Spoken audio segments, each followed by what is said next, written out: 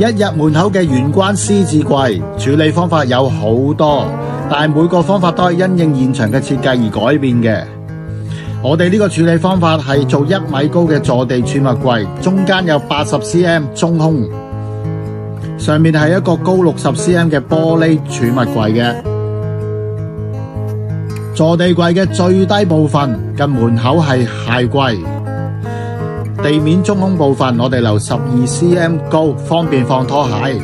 左邊個櫃咧可以放一啲比較大嘅雜物，台面下邊有櫃桶放一些常用嘅小物品。中空台面咧係放擺設品同埋成日會用嘅嘢，當然唔少得加翻個 USB 插頭同插蘇啦。上面玻璃櫃可以放書同埋擺設品用作裝飾。